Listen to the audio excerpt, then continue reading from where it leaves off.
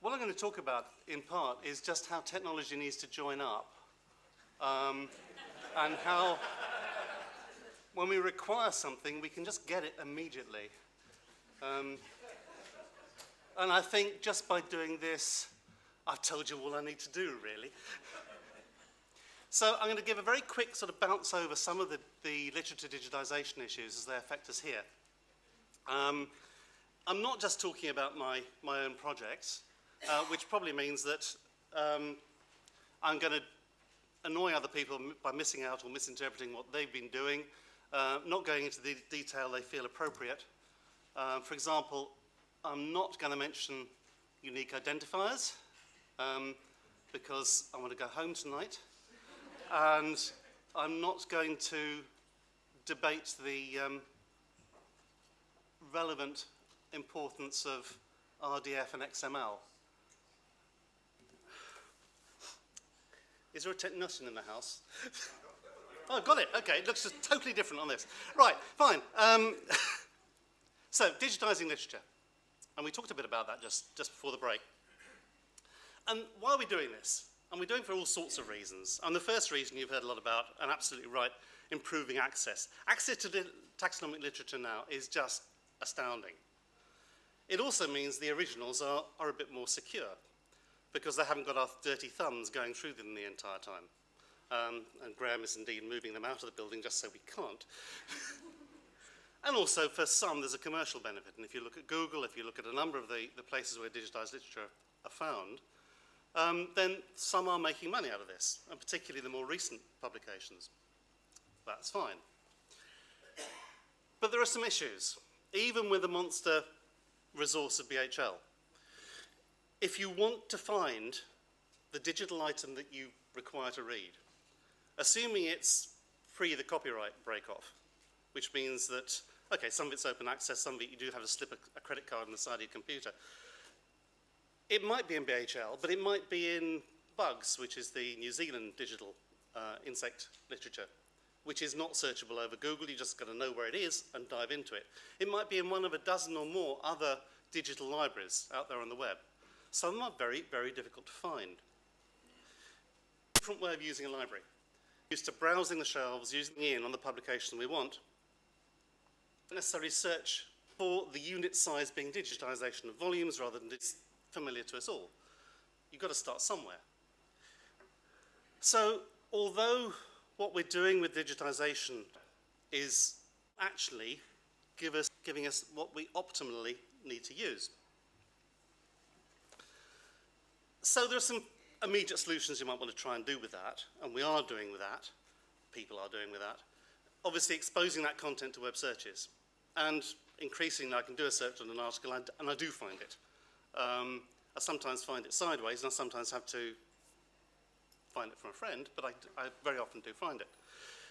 We need to be able to enable searches, particularly within places like BHL, at the article level, which is something that's being dealt with, obviously, but it's still a huge way to go. And we also need to find things maybe at the taxon treatment level. And for many of us who are taxonomists, actually going down to the description of the thing, the treatment is where we really want to go. Fine. We also need to be searching, we do search on key terms like the author name, and that might be the taxon author, which might be different from the publication author, which means it might be a little bit more difficult to find. And all the other things that are subject to the sort of OCR error that we heard about this morning. I would say that if I got on an OCR 99.995 correct, I would be astounded, joyous. That's just, for most of us, unreal. And we're looking at a much, much lower level for legacy literature because of the complex names. The things like the diphthongs, the diacritic marks, the out-of-date font, the showing of the text through from the other side of the page, and so on, and so on, and so on. And that, again, people are dealing with that. Project I've been involved in with a couple of the guys here, the ABLE project, looking at ways of improving that text recognition by actually checking for the really difficult names. But even so, there are still in digitization problems like, oh, well, okay, you've got the diphthongs there. You've got species names here, which are disassociated from genus names. So how do you know what genus they fit in if you're looking for genus and species? You've got shape, which is Schaefer as we know, but the computer, as Suzanne said earlier, doesn't necessarily know things like that. You've got all sorts of odd difficulties on a page like things, quite challenging. One of the characteristics, and this is terribly broad brush, of what we as a community here and wider have been doing is broadly building from the past. So we looked at the things we do and we built upwards. What we haven't necessarily all done is try to look to the future and build back from the future. What do we want to work in? What environment do we want to build to actually make our work really efficient? And that's the whole big picture. So those of us who are producing databases of names, those who are producing digitized literature, those who are producing the XML keys, whatever, they're great little wizard's towers, and we're now trying to sort of build bridges between them so they link up, fine. But let's just step back, think what we do want to build, what we are trying to achieve overall. The sort of thing we want to do is find anything we want, name, person name, animal name, plant host name, color, whatever, with a very, very simple search in one place. So we don't have to go to lots of different places. We also want to do advanced Boolean searches to get rather more complex data out. We want to be able to retrieve articles, we want to be able to retrieve subsets of taxonomic publications, maybe all descriptions of a taxon and its children.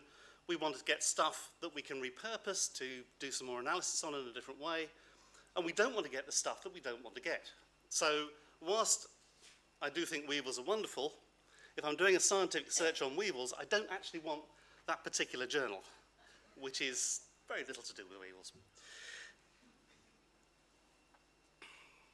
And if you start thinking about the subsets of taxon treatments or subsets of articles you might want to look at, you might want to look at the hierarchy, the classification within a paper, because each paper has got a different classification, and when we start looking at comparing classifications, we actually want to look at how each paper treats things.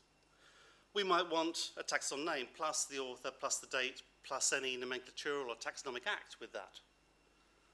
We've got people in here who are building ZooBank. I hope they're kind of interested in that possibility. We might want to get any citations of acts, of taxonomic or nomenclatural acts. We might want to get diagnoses, descriptions, biological associations, specimen data, a whole range of things. So there, for example, that's a Boolean search. This is a project I'm involved in. Boolean search on a taxon called Homalabus, associations with the plant Eugenia in Belize, and because that's been marked up in quite complex XML, I can actually pull out a reference that'll take me to the treatment of that. I can take out 4 specimen records which relate to that. That same publication has got 1,200 specimen records, and that's all Central American. GBIF, I think, mediates around a dozen specimen records for that family from Central America. Just by taking that one paper, it expands the number of data points immensely. And you think of the legacy literature that's out there. If you can start extracting things by a simple search like that, or a Boolean search like that, then you can start thinking about how you link the contents of the taxonomic literature to other things you might be interested in. So, for example, you might automatically start populating EOL. I know Biodiversity Heritage Library is moving in that direction in a slightly different way. You might be able to populate your own taxonomic catalogues. So all of the things at the moment we go to the literature, start retyping what's in the printed page in front of us. Why not be able just to get it and download it? Why not be able to get the data normalized through such a database? We're used now to using EndNote or Mendeley or Zotero or whatever to be able just to plug in a particular piece of data we want into our papers or our text. Why not do the same with citations? Why not do the same with nomenclatural assessments of taxa? Within ZooBank, for example, could you build this into an automatic assessment of availability of a name? I would say yes. That's an early version of a form that we put together to, what do you need to put in to find out if a name is available or not for ZooBank? And if you look at some of those items, I'm sorry, almost totally illegible to you, but all of the things on that piece of form, which I took pretty well randomly, you could find out if you properly or appropriately marked up the original text, or if you had the metadata about that text with the appropriate terms in it. And this is where we start coming to, what do you want to do? Because you don't know what you want to mark up in a piece of text unless you want to know how to use it. You don't know what metadata you need to collect or where you need to collect it, bibliography, the digitized text, unless you know what those metadata are going to be used for. We had that with Suzanne's talk earlier when she was talking about some of the metadata. Those aren't necessarily the metadata you might need for a particular function. So the first thing we have to do moving forward is to decide what we want to do. What are we trying to build? What the environment is. And then we can start looking at what the system is that will deliver us that. There's a system. Some of you have seen this diagram before. It's a couple of years old now, so it's slightly out of date. It can be a little bit complex, but all of those things are actually things that are happening at the moment, or have already happened, or are now superseded by something else. People are building the stuff that we need. For some of the elements, just a citation paragraph in a publication, you would take the full citation. That might go to bibliography of life, the overall bibliography that we've been kind of talking around here. Authors, be that taxon author, publication author, or any other person's name, could go into an agent database. And again, we've been talking about agent databases for some time. The acts, the taxonomic acts into taxonomic databases. Nomenclatural acts, we're checking into ZooBank. So the things we need to start building are that bibliography of life. That's something that we've been talking about in the Vibrant project, and we'll carry on doing so. But also we've got things like SiteBank up there already. We need to start building repositories for digitized text. We need to get the markup of these texts right with the appropriate schemas. And I'm just going to say XML. And we need to get all the systems actually working together, the interoperability, which we've been talking about for decades, but is still not really there. So the bibliography, we need standards, we need deduplication, we need to know what abbreviations actually mean, the sort of thing you've heard about just now. We'd like it to be free and open source, please. For schemas, there are several schemas already written, and again we're reviewing these in the Vibrant project, the European Vibrant project. Looking both legacy literature and born new literature, and Uber I think will be talking about that later. And we know we can already retrieve stuff dynamically and by manual searches. We need to build on the systems we've already got. That is a bit of a workflow. So again, it's a slightly outdated one from Vibrant when we've been looking at marking up. And one of the critical things about this is that, never mind all the boxes, part of this can be made automatic, and part of it still needs somebody to look at it, to do that interpretation. And something we need to build more and more of is to do this sort of thing automatically. And I think we've heard this morning about the need to have hands-on. Certainly when you're building databases, you need hands-on. It needs to pass through a brain. We need to start minimizing the amount of time it has to pass through brains and maximizing the time it doesn't and can be done automatically. Within ZooBank, I think we need to consider not just ZooBank as an isolation, but how does ZooBank as a zoological nomenclature fit into the wider picture?